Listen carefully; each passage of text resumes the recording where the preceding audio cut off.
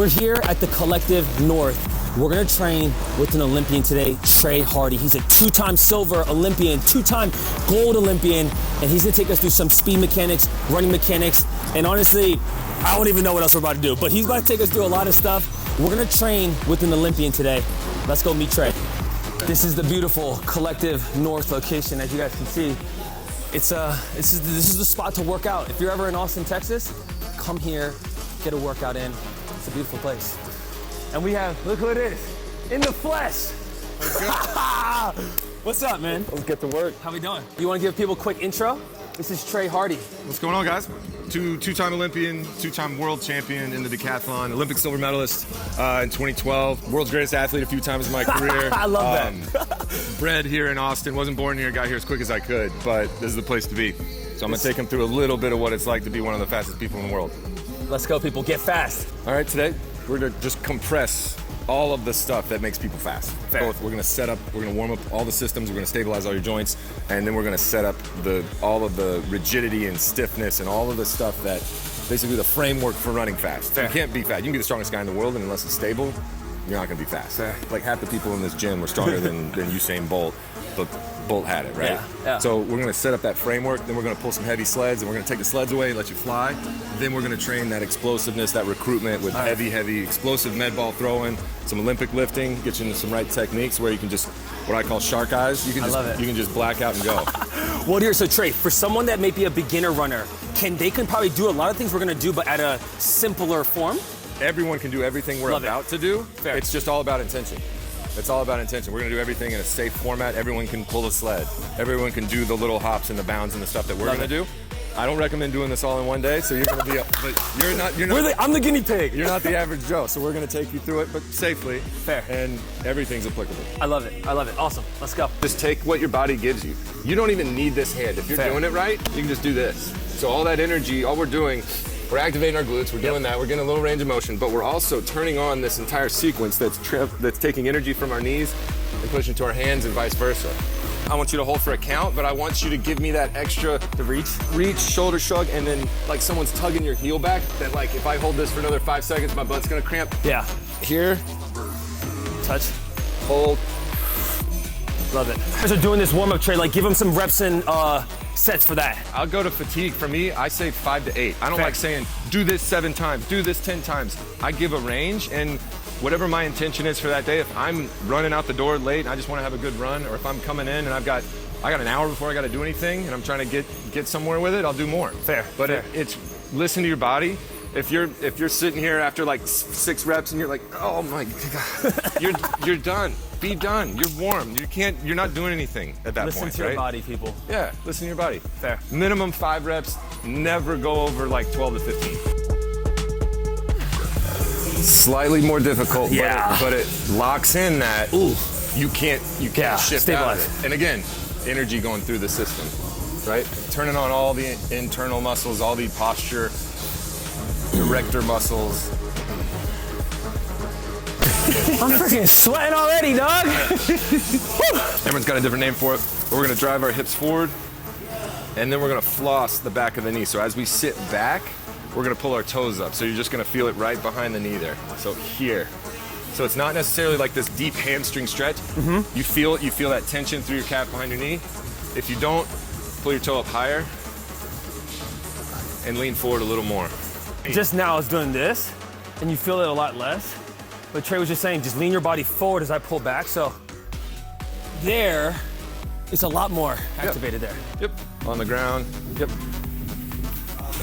And dynamic, so pop, pop. So we just did our SI joints, we just did our hip sockets with these knee overs. Now we're working up the lumbar spine. Oh, this shit feels real good. And it's just 3 to 5 minutes of this unsexy nonsense stuff that makes you feel silly. If someone's in seen you, I've had weird looks all over the world in parks, just me just like, and they're like, what's that dude doing? Exactly. You just get these looks, but it's not sexy, man. Yeah. It's really not. It's those like 5 a.m., it's dark as hell, long runs that no one sees. That's the stuff. And coupled with this, you're a better athlete. deadly. Hey, hard to kill if you combine it with this, baby. Let's go. Feeling freaking good. We haven't even gotten to the freaking workout, people. Kinda, actually no, we have. That's a little workout. Fair. The dribbles are working out because it's a new thing. It's learning this new skill. All posterior muscles that a lot of runners aren't really accustomed to using, a lot of slack. And if you do this for long enough, we would do these drills for distance as a early season workout. Fuck. You know? Like doing this for 100 yards. Yeah, you fatigue. I mean, by the end you're like, it's hard. It's really hard. Lean out over, uncomfortably far, and then you're gonna act like someone's pulling your hips back without moving your shoulders back. So here, and then I just want you to do this.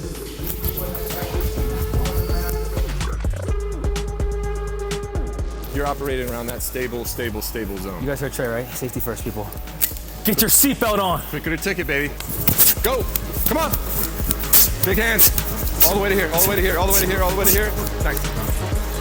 And just, that's a lot heavier than I thought. You can turn around and walk back. Woo! Look at him. Look at him go. Yeah. This is some resistance here, people. This is a lot different than just running around an 800-meter track, I'll tell you that. When I was coming out of high school, I was just a pole vaulter. So pole vault was like this kind of ace in the hole. It's hard to learn, and I had already kind of learned it. I wasn't good technically, but I could jump high. Fair. And then I found out I was fast. So then it was like pole vaulting and sprinting were the two things that was like bread and butter. I'm gonna score a lot of points in those events. And then I learned kind of how to jump late in college. Fair. And then after college, learned how to throw. Okay. So it's an old man's event. It just takes a long time to build that up, get that old man strength. Because you have to develop every skill set as well. Yep. Which one was the hardest? Was throwing the hardest for you? The one that never added up to me, a high jump was always, I'd like never had confidence in my ankles to run a really hard curve to take advantage of the biomechanics of jumping really high. I got a really high, I had a 42-inch vertical, but could not high jump over 6'9" to save my life. Interesting. Just made no sense. Like, the numbers did not add up for me not to be able to do it, and it was super difficult for me, really frustrating. Fair. That one's a lot of mechanics. And the 1500 sucked. Here.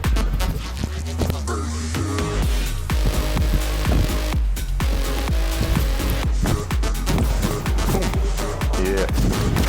If you need to scoot up after, there you go. Good. Oh yeah! Boom! Even quicker. Quicker? Even quicker. Head squat. Pause, just at a comfortable depth. No, like ass to ground, just here. Up. If you can do that, then we can do this. Pause? Yeah, pause down there for me. Your toes out a little bit.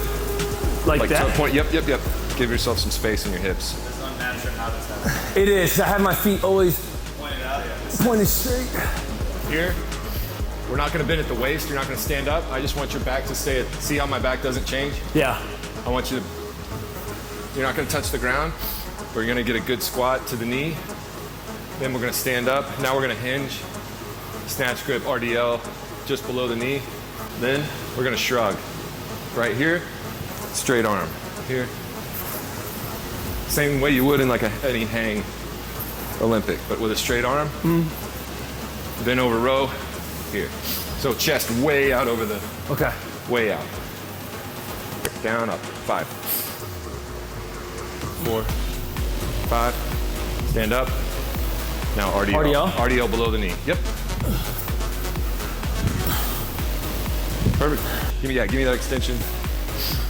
Get the hips out from under it. Here, let the bar come away from you. Let it feel like that. There you go. Way out over your toes. Same grip. Bend over row. Good triple extension here, and the snap underneath and catching it just like we do our static hurdle hops. So, boom, stick. Step up. Reset. Here. Stick. Let's see it, people. First take. Light work. Good stick.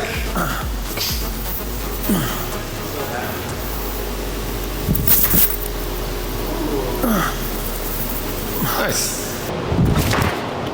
Nice. Nice. Light work. Oh yeah. Hold this position as long as you can, and we're just gonna do nice, easy rows with a bar. So now you got more weight, more hinge out over the thing.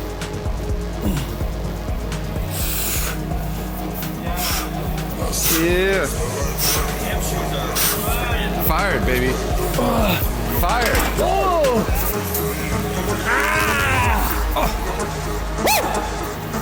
He does hand me for a ride there, people. All right. Right back into a jump. So right back into this position and jumping out of it. So 1, 2, 3, 4, 5. 1, 2, 3, 4. Nice.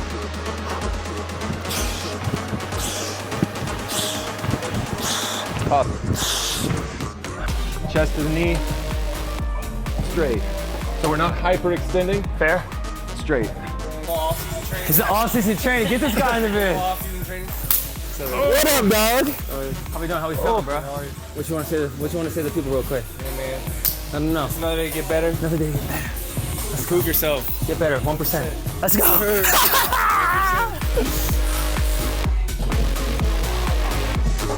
Let your head stay in alignment with your spine. So look at the ceiling when you're back. Perfect. Yep. I'm gonna do this one first. Grab behind the head. Get your chest to your knees. Compress all the way. Yep. That extra little. Yeah.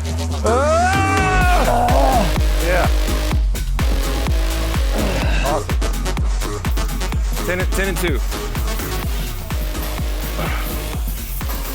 And even play with the pressure in your feet. Play with like you're running. Play with that pressure, how it alternates, you know? Yeah. Like you can feel yourself doing this with your legs. Feel it? Yeah. Yep. Do that. Play with that. Energy's moving back and forth. Easy peasy. All right, one more time. And that's it. Yeah. Awesome, man. Fuck. Real shit right there. Train like an Olympian, people. Hard to kill. This guy right here is hard to fucking kill. Let's hit the cold tub, baby. Let's go. I love it. That's the workout, people. We just got done with Trey Hardee. He just took us through a ton of different movements, speed work, mechanics, strength, power. We even did some Olympic freaking lifting, which I have not done in a very long time. But this was a really fun workout. I learned so much just being around Trey. Obviously, anytime you guys can put yourself around an Olympian or anyone that's an expert at what they do, naturally, you guys are gonna get a ton of value and you learn so much out of it. So I hope you guys took something away from this. If you're a beginner runner, this might be a little bit too complex, but that's okay. You can still do a lot of the things that we did. Just do it in a simpler form and fashion and don't feel like you have to add a ton of weight or do a ton of reps. Make sure that it's comfortable for you. But if you like the video, smash the like button. If you haven't already, subscribe to the channel. We'll be back with Trey Hardee in another one.